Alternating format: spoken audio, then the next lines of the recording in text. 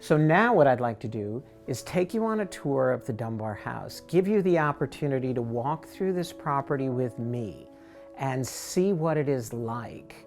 And I hope that you'll come back and join us and see the changes that have been made over the next 2 to 3 months.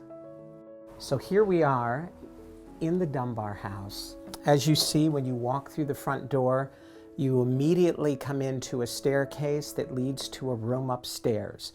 There are 5 rooms in the Dunbar house at this point in all. If you look at the floor, you can actually hear it creaking. These floors are from 1880 when this place was built by Mr. Dunbar for his wife. The first room that you walk into is called Sequoia. And Sequoia is a pretty room. It's large, it has leather furnishings, it has comfortable bedding, and a number of period pieces, antiques, but yet in the bathroom there is a spa tub.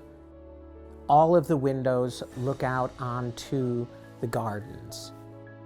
Moving on, as you walk through the entryway here, you'll see that you enter into, at this point, what was a parlor that has a piano in one corner, what turns out to be a pretty famous organ in another corner, and a nice living room area with a fireplace and windows looking out onto the garden area.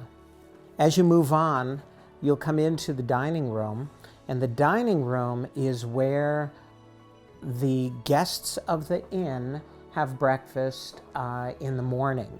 Frequently, there are as many as 10 people dining. There is a beautiful stove here that keeps the place warm, and the pictures on the walls are of the historic moments that were important to this house. Some of the pictures include the man, Mr. Dunbar, who built the house along with his wife and his children. Others are simply old pictures from the 1800s of what the house looked like then. And you can see that it's very, very similar to what it is now. The next bedroom that we'll go into is called Cedar, and Cedar is a smaller room, but still the amenities are wonderful. It has a great bed, it has a nice fireplace, you can walk into a sunroom, and the sunroom has a spa tub in one corner, and eventually you end up into the bathroom. The windows continue to look out onto the gardens, and the gardens are all beautifully maintained and ideal for this type of property, but they might not stay that way. So if you continue through the dining room, you go up what is a very narrow set of steps, and you come to an attic-like room, which is blue oak, and it is very nicely appointed. It's interesting because the roof lines are shown here. It has a great fireplace and seating area, and it's all around a very comfortable space.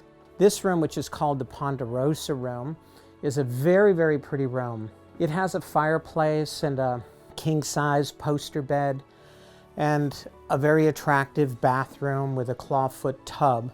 So the last of the 3 rooms upstairs is Sugar Pine. Sugar Pine is consistent with the other upstairs rooms. It's not large, but it has a beautiful balcony that looks out onto the main street and the side of the property. It has, like all of the others, a small stove, gas-fired stove, and it has a pretty bathroom with a clawfoot tub and a shower. So keep coming back and enjoy this journey with me. It's going to be interesting. It's going to be complicated. It's not going to be a sure thing until it's actually done.